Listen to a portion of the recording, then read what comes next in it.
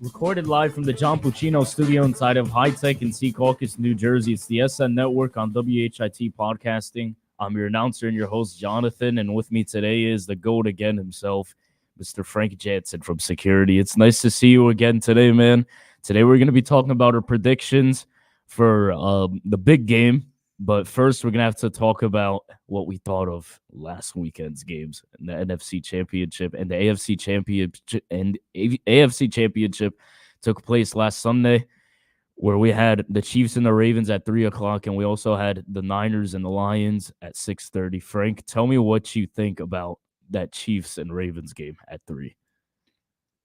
Well, thank you for having me, first of all. No. The second thing is, as a Ravens fan at home, and you scored 2.5 points a quarter. Think about that. You're home as a favorite in the championship game in your own house, and you scored 2.5 points a quarter. And you're being called the MVP. So I guess Action Jackson is not his name anymore. Because that was, like I said, my son is a Ravens fan, and I don't know. He did things out there I never saw him do before. Didn't look like the same Lamar. Am I right or wrong? No. Like to add to that, Todd Monken, the offensive coordinator for the Ravens, and like just like the offensive play calling, everything was designed for Lamar to just stay in the pocket. Like, listen, you have a talented quarterback like that. You got to know how to use both his dual threat abilities. You got to know that you have to run some read options with this guy that you guys have with your franchise quarterback. And if you're just throwing the ball with him, I mean, take a look at what happened with Zay Flowers. Dude fumbled at the goal line when he was about to score, and it became a touchback, which costed them a score, which could have helped them tie the game because the final score was 17-10. And if you're just throwing the football, and you know what another thing is that I've actually just realized this whole postseason? Where has Dalvin Cook been, the guy that you guys signed? I didn't see that guy play a single snap. Not me. I don't know. I don't recall him playing a single snap. Did he? I didn't see him. Yeah, I don't think he did. This guy that we were saying was one of the best running backs in the league for the past few years. You guys signed him heading into the postseason. You guys have that first round bye. You guys are signing him, but then we just don't see any action from him. You guys also didn't run the ball well with Justice Hill and with Gus Edwards, and I was like, man. And when he ran the ball, he didn't look like the same Lamar Jackson from him running the ball. I don't know what happened. And listen, to lose 17-10. Yeah, it was 17-10. Kansas City didn't play a good game neither. Are they going to explode? We'll get to that, but I'm just saying they only won 17-10, and Baltimore looked horrible. And you only won by 7. Man, it was crazy, man. Yep. But, I mean, I did predict it, though. Patrick Mahomes, when he's an underdog, you can't count him out. 2 weeks in a row. 2 weeks in a row. And he's also an underdog coming into the big game next week. No, not next week, the following weekend. But before we get to that, we want to talk about the Lions and the 49ers. How about that blown lead after halftime? Third quarter. Okay. And I know what everybody's saying out there. He did it all year long, going on 4th and 2. However, in this one situation, he did it twice and missed it twice. But in this one situation, you're up 14. You're in field goal range. In third quarter on the road in the biggest game of probably the Detroit Lions fans in 40 years, right? Or more. The biggest game, and you went on 4th and 2 to make it a 3-possession game, and you did not do it here. I know that people are saying he did it all. I understand he did it all year, but it's not week 7, not week 8, not week 9. It's win or go home. And also, guys and girls, when he went during the regular season, he ran on 3rd down and then went on 4th down and ran. This time he threw the ball on 3rd down, and then he proceeded to do that silly play. And I know I've been around a little longer than you, Jonathan, a little bit, Mm. that we're going to hear the audio of the Buck Privates. And Buck Privates, if you don't know what a Buck Private out there is, it's assistant coaches. So the Buck Privates, I know for a fact, and I know it happens every game, but this game we're going to hear the audio from some assistant coaches saying, "Hey, listen, Dan, I know what you're saying. It's for let's kick the field goal and make it a 3-possession game. We're on the road." He gets the final decision, and he said no. I didn't hear that from nowhere, but we're gonna know about that All I gotta before the say big is- game. Before the big game. Yeah, I mean, all I got to say is that Dan Campbell, man, just take a look at what happens when you play Madden in real life, man. This is what happens. Like, dude, this is actually similar to what happened with the Chargers against the Jags last season. Yeah. If not, you know what? If not, probably worse, because Brandon Staley, I don't think that guy asked for his quarterback to go for it on 4th down. I mean, they just kept throwing the football a lot, like this team did. Yeah, wait, you know what? Yeah, also in the second half, they didn't even run that ball quite often. Like, they scored with David Montgomery and with Jahmyr Gibbs. Like, the running game in the first half was pretty well. Absolutely. But what are then, you going against your game for? yeah, but then, look, although a side of me was telling me that the Lions already won, even my pops, who isn't that much of a football fan, he passed by the living room and he saw the score and he was like, yeah, game's already over. I don't know what you're still watching. Game is over. Just go to sleep. And then we saw the Niners make the Lions blow that lead. And then they came back, took that lead, and they took it out with the win. They went by 10, late in the game. They went up by 10. God. It was 34-24. I couldn't believe it. I couldn't believe it. Look, I was literally on a call with my friend. Like, we were both going like, man, the Lions are always beating the Niners. But then another side of us also kind of predicted this. We were saying, okay, Kyle Shanahan knows what it's like to blow a 28-3 lead. What if the coach that he's going up against does something similar up against him? And that side of us that predicted that turned out to be right. I couldn't believe what I was seeing. I did not think that I would see another blown lead like that again in my lifetime. Or at least for like the next couple years. But no, we actually did witness it in the NFC Championship. And the Lions were about to make the big game. But no, now it's not happening. And now it's like, man, we're really about to see Brock Purdy in the big game. And man, last season's last pick of the draft just made it far into the big game. Man. It's a weird world we live in. Especially a sports world. Yes. Oh my God. Very weird sports world.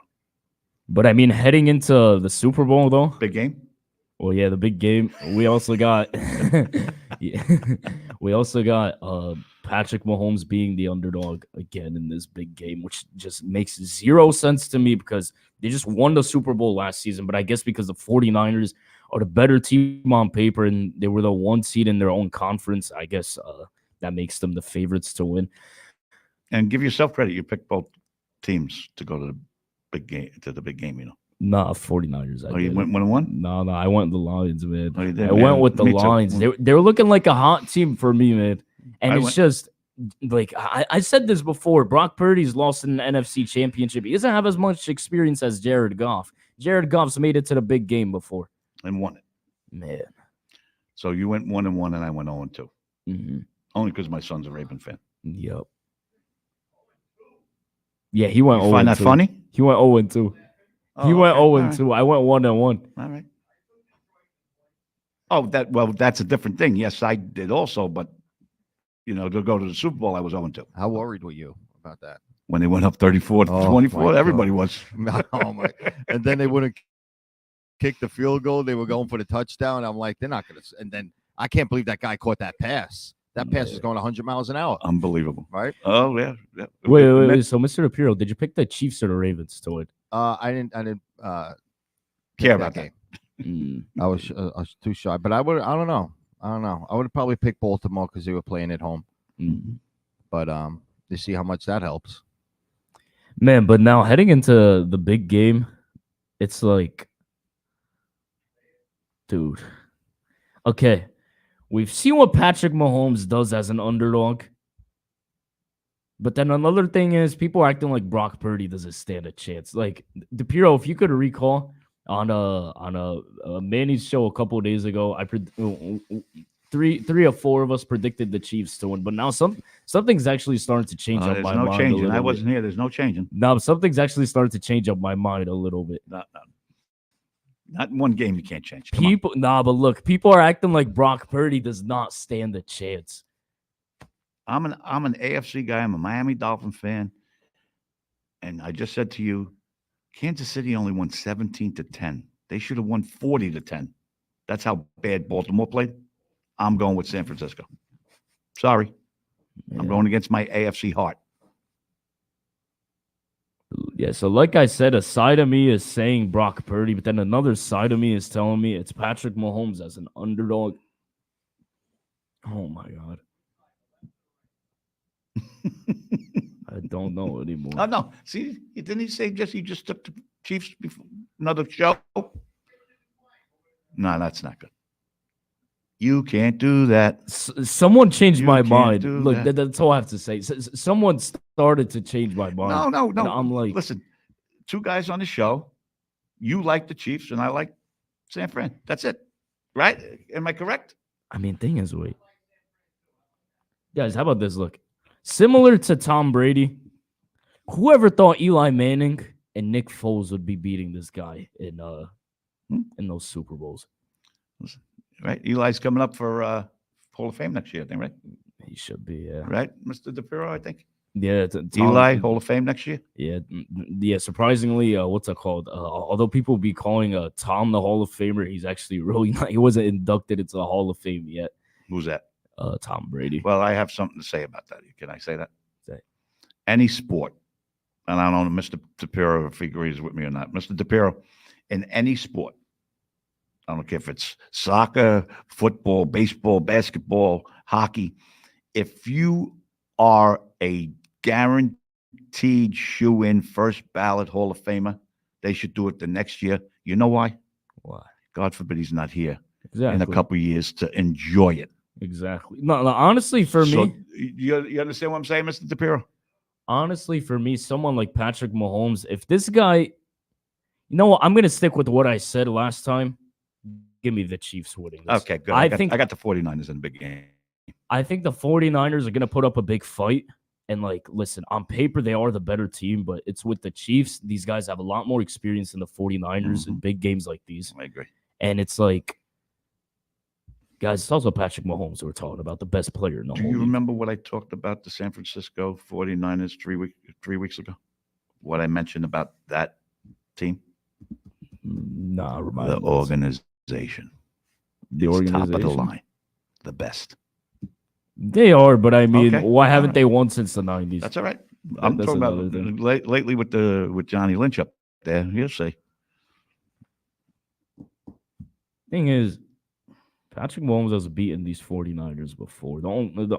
There's only a couple things that are different, like a couple pieces on the defense and a couple pieces on the offense, and now it's a different quarterback. But I mean, Mahomes has beaten these 49ers before.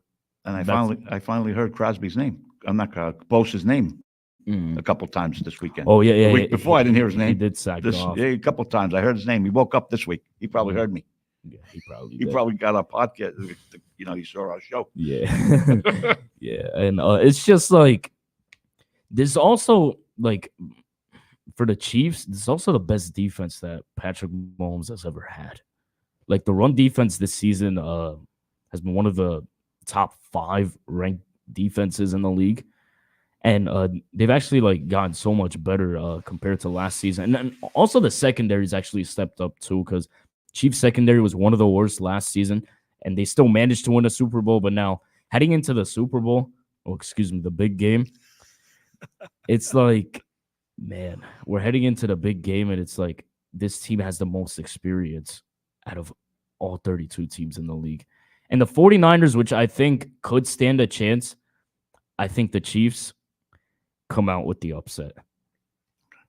And you said you have San Francisco. I got San Francisco, and San Francisco will score a defensive touchdown. Do you So like a apples? pick six. Or a No, fumble anything. six. Yeah. Do you like apples? Yes, I I do. like them apples.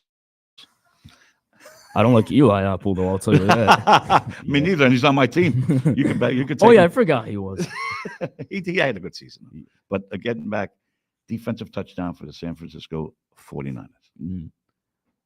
All right, so you got the 49ers, and I have the Chiefs. Who do you have winning Super Bowl MVP? Big game MVP? Yep. Can I think about that one? I didn't think about that. I still got like 12 days, don't I? But okay, we're going to have one more show. Then I'll bring it in. Thank you, Mr. DePera. Should we bring up the kick of destiny in that one or bring it up now? Oh, well, I mean, I just brought it up. The answer will be on the next show. Man. You don't have to give yours neither. Okay, Gronk. Look, Gronk is a man of the people. But then another thing is, wait, what was it? Like a wide right last season when he missed it? Or was it a wide left? The kick of destiny. I mean, it was his first time. I don't remember. I don't want to say the wrong thing. Yeah, it was, last year. Yeah, it was something wide, but he didn't make it. High and wide, wasn't it? Like a high kick, if I'm not mistaken. Yeah, it like curved. Yeah, I don't know. It looked kind of weird, but it's just, man, we have the kick of destiny. Now it's the second year of it, and Rob Gronkowski is going to be kicking it for the second year in a row. Let's see if he makes it or not. I honestly think he's not going to make it because, dude, you're just not a kicker. You're a tight end. He said, I catch the ball. I don't kick the ball. Exactly. Yeah, so just don't kick the ball, man. Man. They should have Travis Kelce go out there and block it. Yeah. Yeah, that would tell us who the greatest tight end ever is. That's the best way to solidify it. Man. So just what's it called? And we'll be back. All right, so just real quick, you said the 49ers and I've got the Chiefs. Yes, sir. Okay. You know what? We're going to be back one more time before the big game. And if any of our thoughts change, which I doubt they are, not me, we'll just bring those up on the next show. Thank you guys for watching. This is the SM Network on WIP Podcasting. Thank you a lot, Frank, for being here. It's nice seeing you again, man. We'll be with you guys again next week and discuss our next topic. Peace, everyone. Peace.